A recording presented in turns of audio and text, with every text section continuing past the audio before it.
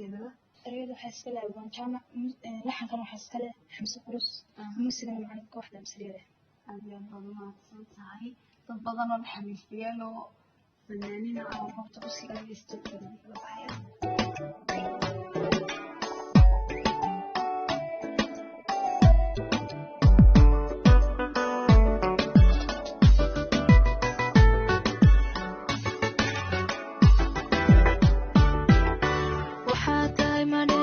صباحي مفتاحي حبك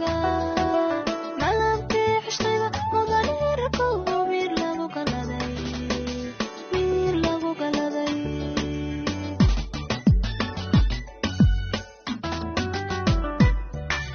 وحاتاي مناد من صباحي مفتاحي حبك ملامتي عشقك وغنيرك ومير لابوك لدي